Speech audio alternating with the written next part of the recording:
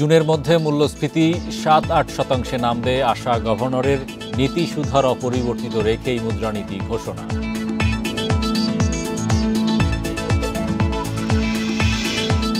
চূড়ান্ত হিসাবে বিদায়ী অর্থ বছরের জিডিপি প্রবৃদ্ধি কমে 4.22%, মাথাপিছু আয় দাঁড়ালো $2,738। 1 মাস 9 দিন পর আবারও টিসিবি ট্রাকে ভোগ্যপণ্য বিক্রি শুরু, রমজান উপলক্ষে তালিকায় যুক্ত হয়েছে ছোলা ও খেজুর।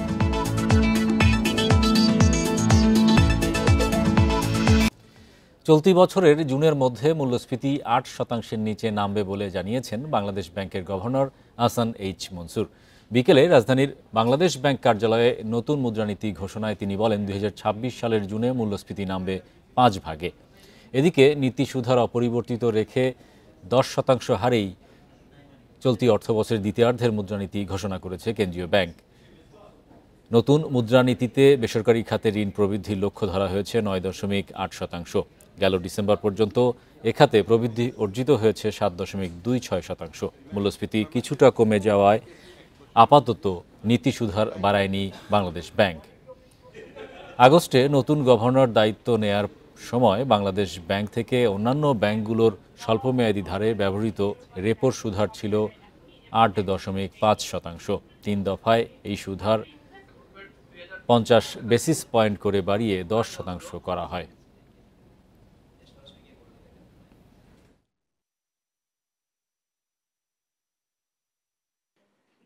ছয় মাসের থেকে 1 বছরের মধ্যেই ডিক্লাইনটা আমরা দেখতে পাই অন্যান্য দেশে, যেটা আমরা চার্ট দিয়ে দেখিয়েছি, এবং 12 থেকে 18 মাসের মধ্যে টার্গেটটা অ্যাচিভ করা সম্ভব হয়। ইনফ্লেশনটা যেন জুন মাসের শেষে, অর্থাৎ জুন মাসের ডেটা যখন আসবে, এটা যেন 7-8%-এর মধ্যে থাকে। এটা প্রথম থেকে আমি বলছি, এখন সেটাই বলছি।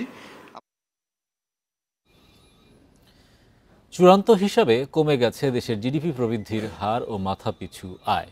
বাংলাদেশ পরিসংখ্যান ব্যুরোর তথ্য মতে সাময়িক হিসাব থেকে মাথাপিছু আয় $46 কমে $2,738 দাঁড়িয়েছে। জিডিপি প্রবৃদ্ধির হারও সাময়িক হিসাবের চেয়ে কমেছে 1.60 পয়েন্ট। 2022-23 অর্থবছরের শুরু থেকেই ছিল ডলার সংকট। আমদানিতে বড় ধরনের ধসের ফলে শিল্প খাতে নেতিবাচক প্রবৃদ্ধি, সরকারের উন্নয়ন বাজেট বাস্তবায়নে দেখা দেয় ধীরগতি। এছাড়া নানা কারণে 2023-24 অর্থবছরে প্রবৃদ্ধি আরও কমবে বলেই প্রাক্কলন করেছিল বিশ্বব্যাংক। তবে বিবিএসের সাময়িক হিসেবে তার বিপরীত চিত্র দেখা গিয়েছিল। গণ আন্দোলনে ক্ষমতাচ্যুত শেখ হাসিনা সরকার 2023-24 অর্থবছরের বাজেটে জিডিপি প্রবৃদ্ধির লক্ষ্য ঠিক করেছিল 7.5%, যা পরে নামিয়ে আনা হয়েছিল 6.5%। সাময়িক হিসেবেও 5.82% প্রবৃদ্ধি পাওয়ার আশা করেছিল শেখ হাসিনা সরকার, যা 1.6% পয়েন্ট বেশি দেখানো হয়েছিল। চূড়ান্ত হিসেবে 2023-24 অর্থবছরে দেশের মোট জিডিপি বেড়েছে 4.22%। একটি দেশে সারা বছর উৎপাদিত পণ্য ও সেবা মিলিয়ে জিডিপি হিসেব করা হয়। পরিসংখ্যান ব্যুরো বলছে, চূড়ান্ত হিসেবে গেল অর্থবছর শেষে দেশের মোট জিডিপির আকার দাঁড়িয়েছে 50,027 বিলিয়ন টাকা বা $450 বিলিয়ন। গত বছর আগস্টে প্রকাশিত সাময়িক হিসেবে জিডিপির আকার দেখানো হয়েছিল $459 বিলিয়ন। সাময়িক হিসেবে মাথাপিছু আয়ও বাড়িয়ে দেখানো হয়েছিল। জিডিপি কমায় দেশের মানুষের মাথাপিছু আয় দাঁড়িয়েছে $2,738, যা আগে $2,784 প্রাক্কলন করা হয়েছিল। মূলত ডলারের বিনিময় হার বেড়ে যাওয়ায় বিবিএসের হিসাবে মাথাপিছু আয় কমেছে। 2023-24 অর্থবছরের মার্কিন ডলারের গড় বিনিময় হার 111 টাকা 6 পয়সা হিসেবে ধরা হয়েছে। 2 বছরের বেশি সময় ধরে ডলারের বিনিময় হার বাড়ছে, তাই টাকার হিসেবে মাথাপিছু আয় 3 লাখ টাকা ছাড়িয়ে গেছে। দেশের মানুষের মাথাপিছু আয় এখন 3,04,102 টাকা। উমনহার আজমি, ইন্ডিপেন্ডেন্ট নিউজ, ঢাকা। মূল্যস্ফীতি, মুদ্রানীতি এবং জিডিপি প্রবৃদ্ধির সবকিছু নিয়ে আমাদের সঙ্গে আলোচনা করতে যুক্ত হয়েছেন সিপিডির জ্যেষ্ঠ গবেষক তৌফিকুল ইসলাম খান। জনাব খান, আপনাকে আমন্ত্রণ জানাচ্ছি ইন্ডিপেন্ডেন্টের অর্থনীতি সারাদিনের এই আলোচনায়। আমরা দেখতে পাচ্ছি যে মুদ্রানীতির ঘোষণায় গভর্নর জানিয়েছেন যে আগামী জুন মাসের মধ্যে 7 থেকে 8 ভাগের মধ্যে মূল্যস্ফীতি তিনি নামাতে চান এবং সেজন্য নীতি সুধার অপরিবর্তিত রেখেছেন, অর্থাৎ 10% থাকছে নীতি সুধার। এই সিদ্ধান্তকে আপনি কিভাবে মূল্যায়ন করবেন? দেখুন, আমার মনে হয় যে উনি যেই জায়গা থেকে বলছেন, এটা আমার মনে হয় যে ওনার নীতি সুধার এখনই কমিয়ে আনার সুযোগটা নাই। মাত্র মূল্যস্ফীতি হয়তো কিছুটা কমছে, যেটা আমি শুনছিলাম আপনাদের রিপোর্টে যে উনি বলছেন যে আসলে মুদ্রা নীতিতে যখন আপনি সুদের হারের বা আমরা যেটাকে নীতি হার বলি, সেটাকে যখন আপনি বাড়ান কমান, তখন এটার ইম্প্যাক্টটা আসতে একটু সময় লাগে। এবং এটা উনি ঠিকই বলেছেন, উনি 6 মাস 1 বছরের কথা বলেছেন। আমরা বিশ্ব মানে পর্যায়ে যদি দেখি, এটার পুরোপুরি তো মানে আপনার যে ইম্প্যাক্টটা আসে, এটা প্রায় 16 থেকে 18 মাস দরকার। কিন্তু এইটাও আমি মনে করি যে আমরা মুদ্রাস্ফীতির ভিতর দিয়ে যেটা আমি দেখি, মূল্যস্ফীতিতে সুদের হারটা অনেক বেশি জড়িত হলো আমরা যেটাকে কোর ইনফ্লেশন বলি, বা খাদ্য বহির্ভূত এবং জ্বালানি বহির্ভূত যেই মূল্যস্ফীতি আছে, সেইটাকে আসলে কন্ট্রোল করে। কারণ আমরা আমাদের মূল্য যেমনই থাকুক না কেন, খাদ্যে যেহেতু আমাদের খুব বেশি বড় আকারে পরিবর্তন করা যায় না, ওই ওই জায়গাটাতে আপনার অনেক বেশি যোগানের উপরে নির্ভরশীল। সেটা আবার ওনার পুরোপুরি নিয়ন্ত্রণের ভিতরে নাই। সুতরাং যোগান বাড়ানোর ক্ষেত্রে বা উৎপাদন বাড়ানোর ক্ষেত্রে বা আমাদের যে সাপ্লাই চেইনের ভিতরে যেই বিষয়গুলো আছে, সেইটা অনেকখানি আমার মনে হয় যে গুরুত্বপূর্ণ ভূমিকা রাখবে যে এই আমাদের মূল্যস্ফীতির সামনে কতখানি এবং কতটা দ্রুত নিচে নেমে আসবে। কারণ খাদ্য মূল্যস্ফীতি কিন্তু আমাদের বেশি। আর দ্বিতীয় যেটা আছে সেটা হলো, আমি মনে করি যে উনি যেই সিগন্যালটা দিয়েছেন তাতে নতুন কিছু নাই, কিন্তু আমি যেটা বুঝতে পারছি সেটা হলো জুন মাস পর্যন্ত এই ধরনের পরিস্থিতি থাকবে। বিনিয়োগের দৃষ্টিভঙ্গি থেকে সুদের হার কমানোর একটা বড় এক্সপেকটেশন ব্যবসায়ীদের ছিল, সেইটা আপাতত জুন পর্যন্ত হয়তো এর কথা এটা যেটা বলছেন, আমরা দেখতে পেলাম যে গত প্রথমার্ধের যে মুদ্রানীতি ছিল ডিসেম্বর পর্যন্ত, সেখানে কিন্তু বেসরকারি খাতে ঋণের প্রবৃদ্ধি হয়েছে মাত্র 7.26%। এবারে 9.8% ঋণ প্রবৃদ্ধির লক্ষ্যমাত্রা ধরা হয়েছে বেসরকারি খাতের জন্য। সেটা কতটুকু অর্জন করা সম্ভব হবে বলে মনে করছেন? দেখেন, আমি মনে করি যে উনার কন্ট্রোলে যেটা আছে, যে কোনো কেন্দ্রীয় ব্যাংকের কন্ট্রোলে যেটা থাকে, ওটা হলো যে পলিসিটা। আপনি যেটা বলছেন এটা এক ধরনের টার্গেট বা আউটকাম। সো আমি যেটা বুঝি সেটা হলো যে আগামী 6 মাসের ভিতরে মূল্যস্ফীতি যদি খুব দ্রুত না কমে আনে, আমরা তার যে নীতির মূল ফোকাসটা এখন মূল্যস্ফীতিতে আছে, ওটা যদি খুব দ্রুত হারে না কমে, তাহলে নীতি হার অত কমবে না। তার উপরে নির্ভর করে আমার ব্যক্তি খাতের ঋণ প্রবাহ কোথায় যাবে সেইটা হয়তো স্থির করা হবে। সুতরাং এখনকার প্রবৃদ্ধির চাইতে সামনে বাড়বে কিনা সেইটা নিয়ে আমার কিছুটা সন্দেহ আছে, যে এটা অনেক বাড়ার সুযোগ কতখানি আছে। বরং যেটা আমি অনেক গুরুত্ব দিব সেটা হলো যে এই যে প্রবৃদ্ধিটা হচ্ছে, এটা কি ধরনের ঋণের উপরে হচ্ছে। আমি অনেক বেশি গুরুত্ব দিব যে আমার এই মূল্যস্ফীতিকে নিয়ন্ত্রণে রাখার জন্যই আমার খাদ্যের জন্য কৃষি বা ছোট উদ্যোক্তা যারা আছেন, বা মূল উৎপাদনের ক্ষেত্রে ঋণের হারটা যেন দ্রুত বাড়ে। আহ বরং কম্পারেটিভলি আমি হয়তো এখানে ডিসকারেজ করতে যাব অন্য ধরনের, যে আমার ধরেন ক্রেডিট কার্ডের মূল্য বৃদ্ধি, মানে ঋণ বা ওই ধরনের জায়গায় হয়তো আমি বলবো যে ওইটাকে নিয়ন্ত্রণ করা যায় কিনা। সুতরাং এটার ভেতরে যেই আমার ডিস্ট্রিবিউশনটা আছে, সেইটা কতখানি নিয়ন্ত্রণ করতে পারবে বাংলাদেশ ব্যাংক, সেইটা দেখার আমার আগ্রহ ছিল। কিন্তু দুঃখজনক হলো যে এই যেই পলিসি স্টেটমেন্টটা এসছে, সেইখানে এই বিষয়গুলো খুব পরিষ্কার করে নাই।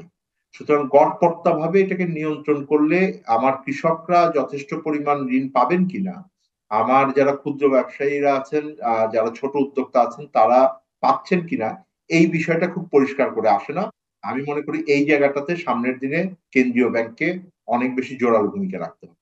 জনাব তৌফিকুল ইসলাম খান, আমরা দেখলাম যে বিবিএস থেকে কিন্তু বিদায়ী অর্থ বছরের চূড়ান্ত জিডিপি এবং মাথাপিছুর যে আয়ের একটা হিসাব এসেছে, সেখানে আমরা দেখতে পাচ্ছি যে জিডিপি প্রবৃদ্ধির হার কিন্তু কমে 4.22 নেমেছে এবং মাথাপিছু আয়ও বেশ খানিকটা কমেছে। এর মূল কারণ কি বলে মনে করেন? তথ্য কি আগে সেখানে কোনো বিভ্রান্তি ছিল কিনা? দেখেন, কিছুটা এইটা আমরা যখন অর্থনীতির শ্বেতপত্র করেছি, আমরা এটা নিশ্চিতভাবে এখন বলতে পারি যে বিভিন্ন সময়ে গত আমলে, শেখ হাসিনার আমলে বিভিন্ন সময় তথ্য উপাত্তকে অতিপ্রাকৃত ভাবে দেখানো হয়েছে এবং এইটা বাস্তবতার সাথে অনেক ক্ষেত্রেই মিল হয়নি। এটাকে জোরপূর্বক রাজনৈতিক ইচ্ছার ভিতরে এটাকে নিয়ন্ত্রণ করার চেষ্টা করা হয়েছে। সুতরাং সেই জায়গাটা থেকে বের হয়ে আসে। আমি যেই আপনারা ৫.৭ থেকে যেটা এখন ৪.৫ এর নিচে নেমে আসলো, সেইখানে যদি ভেতরে দেখেন আমি একটু ভেতরের চিত্রটা বলি। সেটা হলো বড় যেই শিল্প আছে তার মাত্র ১% প্রবৃদ্ধি হচ্ছে। সুতরাং শিল্প উৎপাদন, বিশেষত বড় শিল্প উৎপাদনের ক্ষেত্রে একটা বড় ধরনের প্রবৃদ্ধি না ঘটা, মানে মাত্র ১% প্রায় গত বছরের সমান একটা উৎপাদন হয়েছে। এইটা হলো আমাদের গুরুত্বে নিতে হবে। আমরা যেটা জিডিপির হিসাবের ভেতরে, আমি এটা দর্শকদেরকে বলবো যে অনেকগুলো জায়গা আছে যেগুলোর ভেতরে এখনো কারিগরি ত্রুটি আছে। এটা ঠিক ইচ্ছাকৃত ব্যাপার তা না। যে কারণে আপনার এখনো আমি মনে করি যে অনেক সময় মানে আমার এই জিডিপির যে হিসাবটা করা হয় এটার ভেতরে এখনো অনেক দুর্বলতা রয়ে গেছে, যেটা অর্থনীতির প্রকৃত চিত্র অনেক সেক্টরে দিতে পারে না। কারণ তথ্য উপাত্তের ঘাটতি আছে। তথ্য উপাত্তি আপাতত তৈরি করার ক্ষেত্রে পরিসংখ্যান ব্যুরোর বাইরেও যে প্রতিষ্ঠানগুলো তারা দিচ্ছেন সেইখানে এখনো ঘাটতি রয়ে গেছে।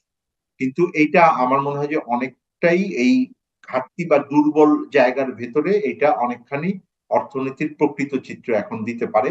কেন আমরা জিডিপির এই প্রাক্কলনটা করি এইটা আমাদের মনে রাখতে হবে, কারণ এইটার উপরে ভিত্তি করে কিন্তু আমার অর্থনৈতিক অবস্থা কি এবং আমার অর্থনৈতিক নীতি নির্ধারণটা নির্ভর করে। সুতরাং আমি আশা করব যে নীতি নির্ধারকরা তথ্য উপাত্ত তৈরির ক্ষেত্রে আরো বেশি মনোযোগী হবেন, যেন এটা সঠিকভাবে আসে। এটা তাদের জন্য এটা উপকার হয় যে তারা যেই ধরনের নীতি নিবেন সেই নীতিটা যেন প্রকৃতভাবে সঠিক পরিস্থিতির উপরে নিতে পারেন, সেইটা অনেক বেশি গুরুত্বপূর্ণ হবে। ধন্যবাদ জনাব তৌফিকুল ইসলাম খান আমাদের সঙ্গে যুক্ত হওয়ার জন্য। ১ মাস ৯ দিন পর আবারও ট্রাকে করে ভোগ্যপণ্য বিক্রি শুরু করেছে টিসিবি। ঢাকা মহানগর ও চট্টগ্রামের বেশ কয়েকটি স্থানে এ কার্যক্রম শুরু হয়। সকাল থেকে ন্যায্য মূল্যে পণ্য কিনতে ভোক্তাদের ছিল দীর্ঘ সারি। তবে পণ্যের তুলনায় মানুষ বেশি হওয়ায় ট্রাকের সংখ্যা আরও বাড়ানোর দাবি ভোক্তাদের। রাজধানীর ফকিরাপুলে টিসিবির পণ্য নিতে ট্রাকের সামনে মানুষের এই দীর্ঘ সারি। লাইনে দাঁড়ানো নিয়ে নিজেদের মধ্যেও চলে ধস্তাধস্তি। বিরতি দিয়ে পণ্য বিক্রি শুরু হওয়ায় ট্রাক সেলে মানুষের লাইন ছিল দীর্ঘ। সময় মতো পণ্য পাওয়া নিয়েও শঙ্কা ছিল তাদের। প্রতিদিন কার্যক্রম অব্যাহত রাখতে হবে এবং একটা লোক বারবার যেন নিতে না পারে, এটাও দেখতে হবে। তো 2 মাস বন্ধ ছিল, গাড়ি আজ থেকে আবার গাড়ি শুরু করছে। এখন যদি গাড়িটা নির্দিষ্টভাবে দেয় তাহলে আমরা সাধারণ মানুষগুলা মোটামুটি নিতে পারি, চলতে পারি। এইভাবে রাস্তায় এই যে এত মহিলারা আমরা এত রাস্তায় দৌড়াই, এই যে সারা বিশ্বের মানুষ দেখে না আমার মান সম্মানটা বাড়ে না কমে। তারপরে দিয়ে মনে করেন যারা লইতেছে হারাই লইতে পারে, সাধারণ কিছু মানুষ আছে লইতে পারি না। প্রতি লিটার ভোজ্য তেল ১০০ টাকা, প্রতি কেজি মসুর ডাল ৬০ টাকা, চিনি ৭০, ছোলা ৬০ টাকা ও আধা কেজি খেজুর ১৫৫ টাকায় বিক্রি করা হচ্ছে। এতে খুশি ভোক্তারা। সামনের রোজার দিন একটু খেজুর আর চিনি এগুলা কমা দিলে ভালো আর কি। বাজারের ডাল ১১০ টাকা নিম্নতম, তেলের কেজি হলো ২০০ টাকা। তেলে বাজারে তো অনেক দাম, এখানে আপনারা কমই পাচ্ছেন। ঢাকা মহানগরের ৫০টি ও চট্টগ্রামের ২০টি স্থানে চলছে এই কার্যক্রম। বিক্রেতারা জানান পর্যাপ্ত পণ্য থাকায় খালি হাতে যাওয়ার সুযোগ নেই কারো। মাল আছে পর্যাপ্ত পরিমাণ, মাল দিবে পুরো রমজানে। ২৫০ লোকের মাল আছে, হ্যাঁ সবাই পাইবে। প্রতিদিন রাজধানীর বিভিন্ন স্থানে থাকবে ন্যায্য মূল্যের টিসিবি ট্রাক। এর পাশাপাশি স্মার্ট কার্ডধারী নিম্ন আয়ের পরিবারের মাঝেও ভর্তুকি মূল্যে ভোজ্য তেল ও ডাল বিক্রির কার্যক্রম চলবে। Touhid Rana, independent news, Dhaka. Square toiletries লিমিটেডের বার্ষিক বিক্রয় সম্মেলন ২০২৫ কক্সবাজারের হোটেল সি প্যালেসে অনুষ্ঠিত হয়েছে। সারা দেশের প্রায় ১৬০০ বিক্রয় প্রতিনিধির উপস্থিতিতে সম্মেলনের উদ্বোধন করেন প্রতিষ্ঠানটির এমডি অঞ্জন চৌধুরী। সম্মেলনে আরও উপস্থিত ছিলেন স্কয়ার গ্রুপের পরিচালক এরিক এস চৌধুরী সহ ঊর্ধ্বতন কর্মকর্তারা। সম্মেলন চলাকালে স্কয়ার টয়লেট্রিজের পণ্য সেনোরার ব্র্যান্ড অ্যাম্বাসেডর ও অভিনেত্রী মেহজাবিন চৌধুরী আকস্মিকভাবে উপস্থিত হয়ে সবাইকে চমকে দেন। গত বছরের সেরা বিক্রয় কর্মীদের নিষ্ঠা ও কঠোর পরিশ্রমের জন্য পুরস্কার দেওয়া হয়। এ সময় ধন্যবাদ ও কৃতজ্ঞতা জ্ঞাপন করেন অঞ্জন চৌধুরী। পরে এক উৎসব মুখর নৈশভোজ ও সাংস্কৃতিক আয়োজনের মাধ্যমে অনুষ্ঠান শেষ হয়।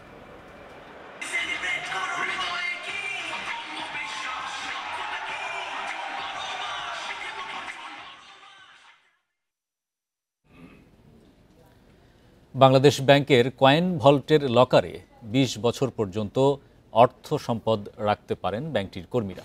সাবেক বর্তমান প্রায় ৩০০ কর্মকর্তা এমন লকার ব্যবহার করছেন। পর্যবেক্ষকরা বলছেন, এমন বিশেষ সুবিধা ব্যাংক খাতের নিয়ন্ত্রক সংস্থাটির কর্মকর্তাদের অনৈতিক কর্মকাণ্ডে প্রশ্রয় দেয়, সুযোগ তৈরি করে দেশের ভেতরেই অর্থ আড়াল করার। বাংলাদেশ ব্যাংকের ভল্ট কয়েক ধাপের নিরাপত্তা বলয়ে একটি মহা গুরুত্বপূর্ণ স্থাপনা, যেখানে বড় অঙ্কের নগদ অর্থ, বৈদেশিক মুদ্রা, স্বর্ণের রিজার্ভ রাখা হয়। স্থল ও বিমানবন্দরে শুল্ক গোয়েন্দা ও তদন্ত অধিদপ্তরের জব্দ করা স্বর্ণও থাকে এই ভল্টে। রাষ্ট্রীয় এই নিরাপদ স্থানেই বাংলাদেশ ব্যাংকের কর্মকর্তা কর্মচারীরা রাখতে পারেন ব্যক্তিগত সম্পদও। তাদের জন্য রাখা বিশেষ লকারে অপ্রদর্শিত বিপুল পরিমাণ অর্থ সম্পদ আছে বলে মনে করে দুদক। সম্প্রতি বাংলাদেশ ব্যাংকের গভর্নরকে দেয়া দুদকের চিঠি ও অর্থ উপদেষ্টার সম্মতি বিবেচনায় লকারগুলো ফ্রিজ করা হয়েছে। ডেস্কে যে আমরা বক্সের মধ্যে রেখে সেটা মার্কিন কাপড় দিয়ে পেঁচিয়ে সিলগালা দিয়ে সিগনেচার করে তাদের হাতে দিয়ে দিই, তারা সেখানে রাখে। এবং সেটা একটা আলমিরার ভিতরে অল্প অল্প জায়গা এক একজনের জন্য, আলাদা করে কোনো লকার নেই। দ্যাট ইজ কোনো চাবি বহন করার এখতিয়ার বাংলাদেশ ব্যাংকের কোনো স্টাফের নেই। ২৬ জানুয়ারি বাংলাদেশ ব্যাংকের সাবেক ডেপুটি গভর্নর এস.কে. সুর চৌধুরীর লকার খুলে দেশি বিদেশি মুদ্রা, স্বর্ণালঙ্কার সহ ৪ কোটি ৬৯ লাখ টাকার সম্পদ পাওয়া যায়, যা তার নিয়মিত আয়কর রিটার্নে উল্লেখ করা হয়নি। বাংলাদেশ ব্যাংক কর্মকর্তাদের এমন লকার সুবিধাকে প্রশ্নবিদ্ধ বলছেন বিশেষজ্ঞরা। কোনো বিশেষ প্রভাবশালী কর্মচারীদেরকে সুরক্ষা দেওয়ার জন্য তাদের অবৈধ বা বৈধের সাথে অসামঞ্জস্য সম্পদ জমা রাখার জন্য এক ধরনের সুযোগ সৃষ্টি করে দেওয়া হয়েছিল কিনা, প্রকারান্তরে এই ধরনের অবৈধ সম্পদ অর্জনের সম্ভাবনাকে উস্কে দেওয়া হয়েছিল কিনা, এই ধরনের প্রশ্নটা উত্থাপিত হওয়া খুবই স্বাভাবিক। গত ১.৫ দশকে বাংলাদেশ ব্যাংকের বিভিন্ন পর্যায়ের কর্মকর্তার বিরুদ্ধে ঘুষ দুর্নীতির অভিযোগ উঠেছে। সাবেক বর্তমান বেশ কয়েকজনের বিষয়ে অনুসন্ধান চালাচ্ছে দুর্নীতি দমন commission. Hari Saha, independent news, Dhaka. Banking চ্যানেলে বেড়েছে প্রবাসী আয়। গত জানুয়ারিতে আসা রেমিটেন্সের প্রায় অর্ধেক এসেছে ৫টি ব্যাংকের মাধ্যমে। বাংলাদেশ ব্যাংকের তথ্য বলছে, এ সময় দেশে মোট রেমিটেন্স এসেছে $218 কোটি 52 লাখ। গত জানুয়ারিতে প্রবাসী আয়ের ৪৫% এসেছে ৫টি ব্যাংকের মাধ্যমে। রেমিটেন্স আসা শীর্ষ 5 ব্যাংক হল Islami bank, Sonali bank, BRAC bank, trust bank ও অগ্রণী ব্যাংক। এ সময় ব্যাংকগুলোতে প্রায় ৯২ কোটি মার্কিন ডলার এসেছে। জানুয়ারিতে দেশে মোট প্রবাসী আয় আসে $218 কোটি 52 লাখ। বাংলাদেশ ব্যাংকের এক প্রতিবেদনে প্রবাসী আয়ের এসব তথ্য উঠে এসেছে। এদিকে ফেব্রুয়ারির প্রথম সপ্তাহের প্রতিদিন প্রবাসী আয় এসেছে $8 কোটি ৩৮ লাখ ৭১,২৫০ মার্কিন ডলার।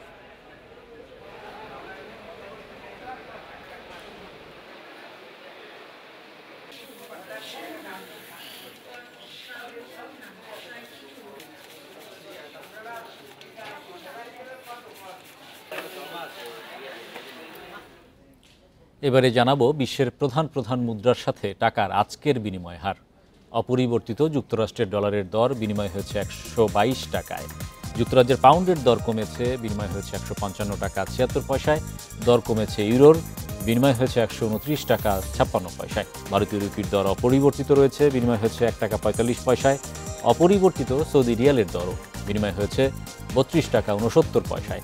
আরব আমিরাতের দিরহামের দরও অপরিবর্তিত, বিনিময় ৩৩ টাকা ৩৮ পয়সায়। কমেছে কুয়েতি দিনারের দর, বিনিময় হয়েছে ৩৯৭ টাকা ২ পয়সায়। মালয়েশিয়ান রিঙ্গিতের দর কমেছে, বিনিময় হয়েছে ২৭ টাকা ৪৫ পয়সায়।